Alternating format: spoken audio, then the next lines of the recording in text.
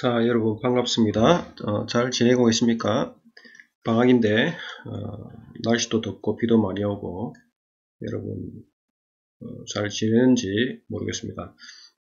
제가 너무 오랫동안 동영상을 올리지 않아서 생각은 있는데 또 여러가지로 바쁘다 보니까 올리지 못해서 특별히 오늘은 다른 진도 17과 헬라어 17과를 나가야 되는데 나가지 못하고 특별히 헬라어 익히 문제를 활용하는 것에 대해서 제가 잠시 말씀을 드리려고 합니다. 학생들에게 여러 번 말씀드렸지만은 특별히 헬라어를 어떻게 하면 좀 잘할 수 있을까? 어떤 친구들은 그런 질문도 하더라고요.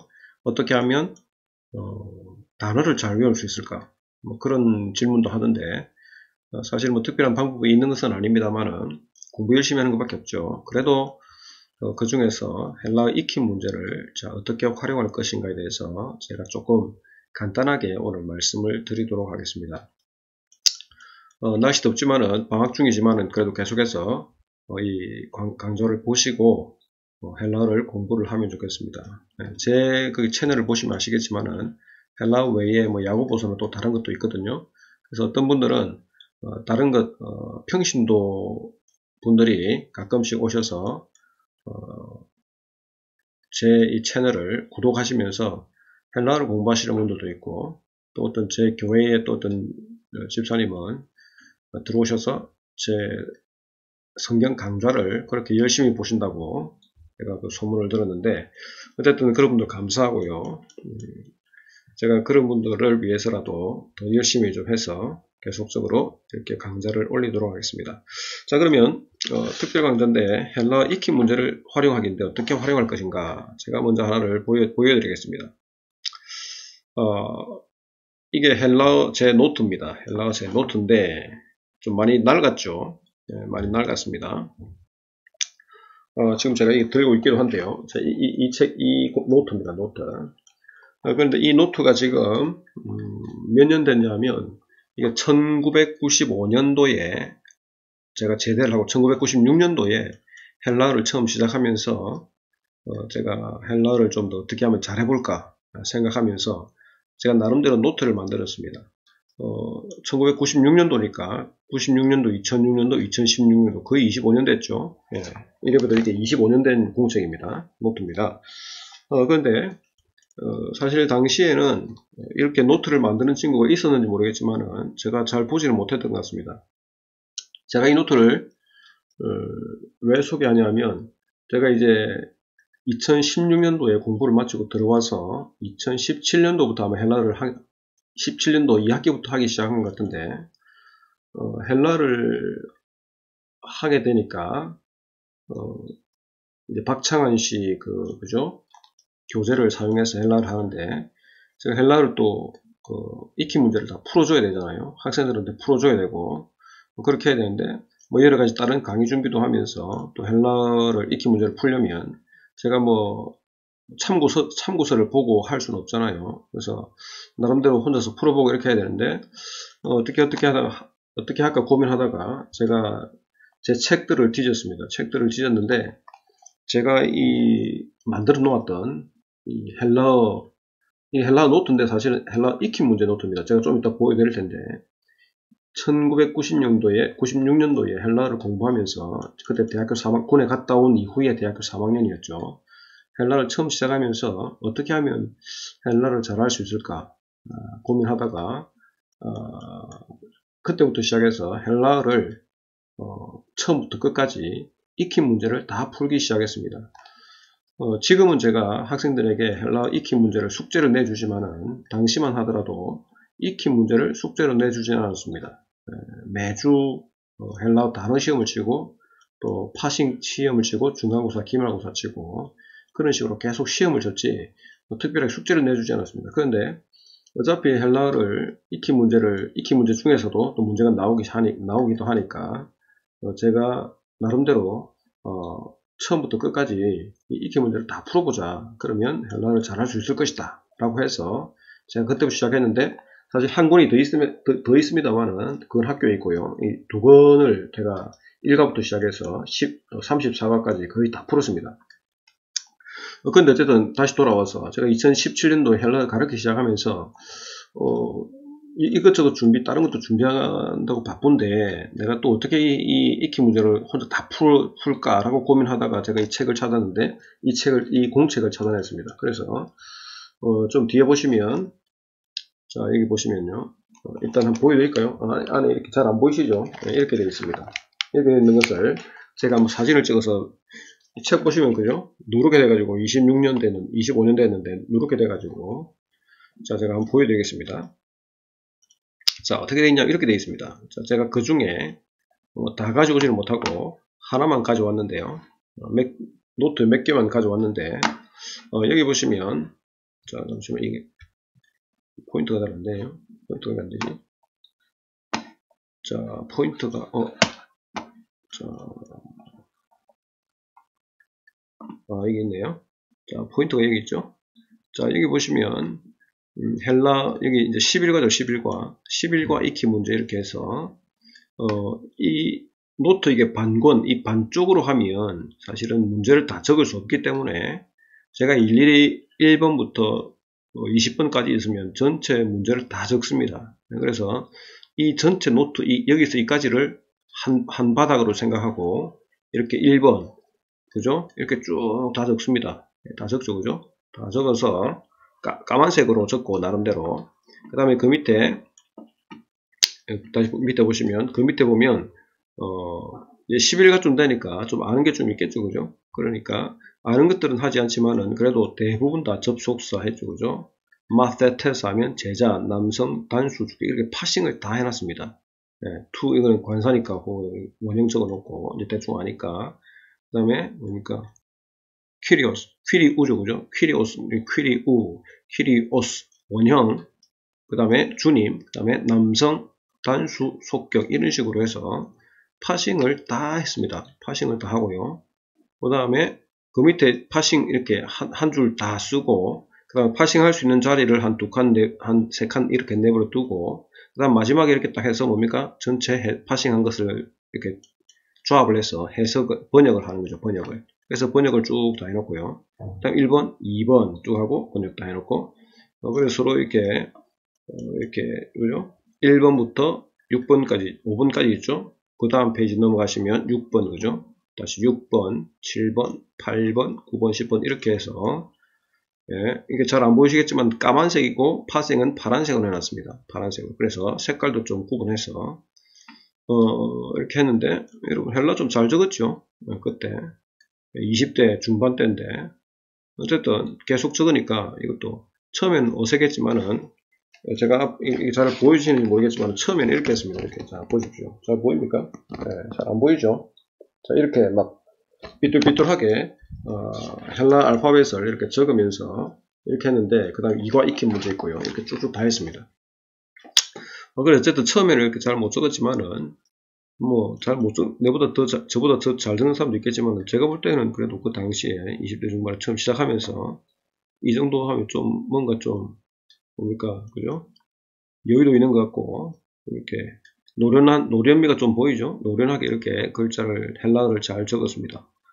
그래서 이런 식으로 해서 이거를 1과부터 시작해서 34과까지 계속 진도 나갈 때마다 계속해서 제가 풀어보고 계속해서 풀었다는 겁니다. 그래서 이게 저한테 많이 도움이 되었던 것 같습니다. 그래서 제가 지금 헬라어를 가르치면서는 학생들에게 의무적으로 이렇게 익히 문제를 풀어서 제가 검사를 하는데, 저의 이 방법에 잘 따라오는 친구들은 잘할 거고, 못 따라오는 친구들은 제가 볼 때 잘 못할 것 같습니다. 제가 이게 왜 헬라를 잘하게 만드는지 뒤에 조금 다시 설명드릴게요. 자, 여기 보시면 제가 뭐라 적어놨냐면, 성경은 스포큰 랭귀지가 아니다, 그죠? 성경 헬라어는 written language다. 이게 무슨 말이냐면, 여러분들이 헬라어를 공부하는 것은 우리가 영어를 공부할 때에, 우리가 과거에 우리 영어 공부할 때는 사실은 문법만 공부했습니다. 그래서 외국 나가서 영어를 해보면 우리는 시험은 잘 치는데 말이 안 되는 거죠. 말이 안 되죠, 그죠? 근데 사실 헬라어는 좀 거꾸로 돼야 됩니다. 말은 안 돼도 되는데 문법은 돼야 됩니다. 이 무슨 말이냐면 스포큰 랭귀지는 우리가 말하는 거죠. 그죠? 말하는 랭귀지, 우리가 뭐 헬라어를 말 잘하기 위해서 하는 게 아니기 때문에 뭔가 회화를 한다거나 대화를 한다거나 뭐 남하고 같이 막 어울린다거나 그 별 필요가 없습니다. 영어는 그렇게 해야 되는데 영어는 그렇게 해야 여러분 잘 아시겠지만 영어는 문법 아무리 많이 알아도 외국 사람들 앞에 서면 말 한마디도 못합니다. 근데 그거는 이제 영어는 스포큰 랭귀지를 우리가 익혀야 되기 때문에 말로 되는 언어를 익혀야 되기 때문에 그렇게 자주 가서 사람들하고 접하고 이렇게 이야기해야 되지만은 성경 헬라어는 스포큰 랭귀지가 아니라 written 랭귀지입니다. written 랭귀지. 그래서 기록된 언어이기 때문에 우리가 헬라어를 공부하는 것은 기록된 언어를 잘 분석하고 이해하기 위해서 성경 헬라어를 공부하는 거죠. 그렇기 때문에 뭐 회화 필요 없고 오히려 문법을 잘 알아야 되고 또 문법을 잘 알기 위해서는 어떻게 합니까? 물론 이제 읽는 것도 중요하지만은 뭐 요한복음부터 시작해서 아니면 쉬운 것, 그죠? 헬라어를 계속 읽어가는 것도 중요하지만은 책에 있는 그 교재에 있는 문법을 잘 알아야 되는데 문법을 또 잘 알기 위해서는 익힌 문제를 많이 풀어봐야 됩니다. 자, 조금만 더 간단하게 이제 뒤에 없습니다. 이거밖에 없습니다. 자, 제가 생각할 때는 익힌 문제를 많이 풀어보는 사람이 헬라어를 잘합니다. 왜 그런가 하면 이 익힌 문제를 풀 때도 제가 주의사항을 하나 드리는데 물론 숙제할 때는 숙제할 때 안 해오는 친구들이 있기 때문에 안 할 바에 안은 뺏겨와라. 왜냐하면 그 정도는 기본이 학생으로서의 기본이다. 그렇게 가르치지만은 사실은 원래 헬라어를 잘하기 위해서는 익힌 문제 풀 때 참고서 보고 그대로 뺏기면 하나도 유익이 없습니다. 그죠? 뭐든 마찬가지죠. 수학도 마찬가지고 뭐든 뺏기면 저희가 모르죠. 그런데 익힌 문제를 풀면서 책을 찾아보는 것은 괜찮습니다. 왜냐하면 책을 찾아본다는 것은 예를 들어서 우리가 이제 10과 정도 했을 때에 10과 정도를 하다 보면 10과의 익힌 문제는 1과부터 시작해서 10과에 있는 모든 문법들을 다 활용했겠죠. 그렇기 때문에 10과를 가다 보면 뭐 3과나 4과, 5과에서 배웠던 거 까먹을 수 있습니다. 그렇기 때문에 보다가 잘 모르면 모르는 단어가 나타나면 다시 앞으로 돌아가면 됩니다. 앞에 가서 그 헬라어 책을 여기 헬라어 책이 있습니다만은 문법책 보다가 익힌 문제를 풀다가 모르면 그 단어가 나온 과로 다시 앞으로 넘어가면 됩니다. 넘어가서 그것을 보고 그죠? 그래서 배웠던 내용을 다시 찾아보고 모르면 또 찾아가면서 자연스럽게 문법과 단어가 익혀지게 되겠습니다. 그래서 제가 볼 때 사실 전에 학생들이 어떤 질문을 했는데 단어 어떻게 하면 잘 외웁니까? 무조건 외워야죠, 그죠? 근데 무조건 외우는 것도 좋지만은 제가 볼 때 그 익힌 문제만 충실하게 잘 풀어도 단어를 또 보게 되고 또 보게, 왜냐하면 익힌 문제를 보시면 아시겠지만은 계속해서 반복되는 내용들이 많이 나타납니다. 그래서 반복되는, 어차피 언어는 계속 반복해서 봐야 잘 되기 때문에 익힐 수 있기 때문에 자연스럽게 자꾸 반복해서 보다 보면 익혀질 수 있는 것입니다. 여러분 한번 생각해 보십시오. 같은 단어를 한 20번, 30번, 아니면 많게는 50번 계속 반복해서 본다 하십시오. 정말 바보가 아닌 이상은, 죄송합니다. 요새 이런 말 쓰면 안 되죠. 정말로 심한 경우가 아니면 한 50번 보면 대충 다 외워집니다. 그렇기 때문에 어떤 친구들은 얼마나 외웠는지 모르겠지만은 정말 단어를 못 외우는 친구들이 있거든요. 그런 친구들은 제가 볼 때는 안 외워서 그렇습니다. 공부를 안 한 거고, 그리고 익힌 문제를 반복해서 안 했기 때문에 그렇게 된 것입니다. 그래서 제가 생각할 때에 학생들이나 아니면 학생들도 그렇고요. 일반인들도 헬라를 잘하기 위해서는 익힌 문제를 그냥 예사로 보시면 안 됩니다. 익힌 문제 속에는 그것을 파싱해야 되죠. 단어도 외워야 되죠.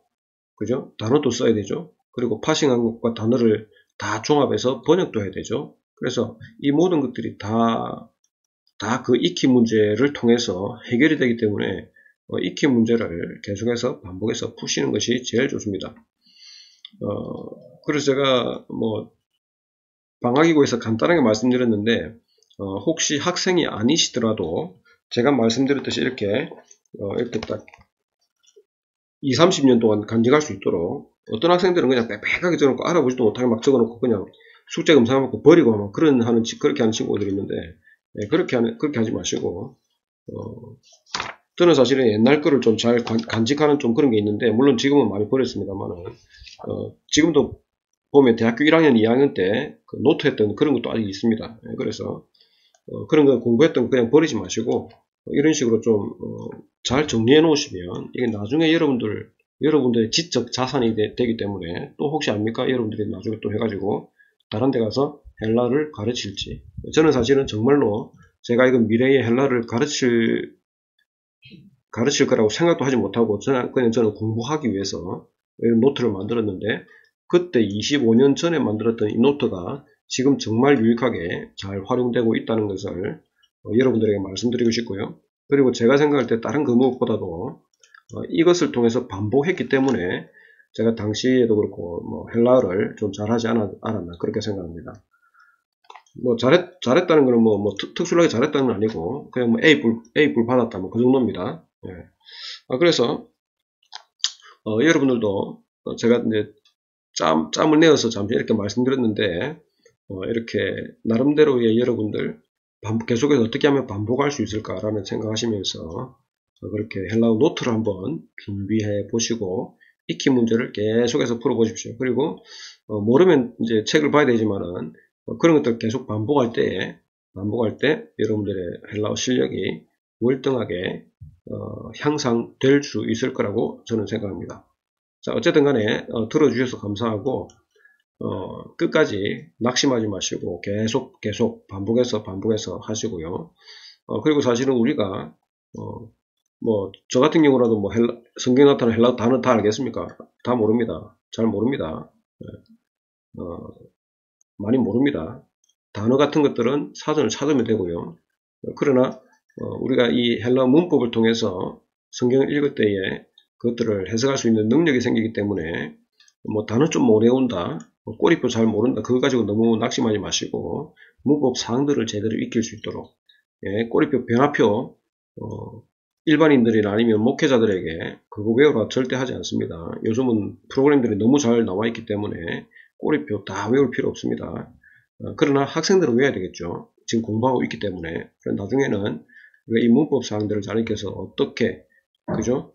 한글에서 발견하지 못하는 그 미묘한 차이를 영어에서 발견하고, 영어에서 발견하지 못하는 그 미묘한 차이를 헬라를 보면서 우리가 조금 더 느낄 수 있기 때문에 이렇게 열심히 하시면 또 좋은 결과가 있을 줄로 믿습니다.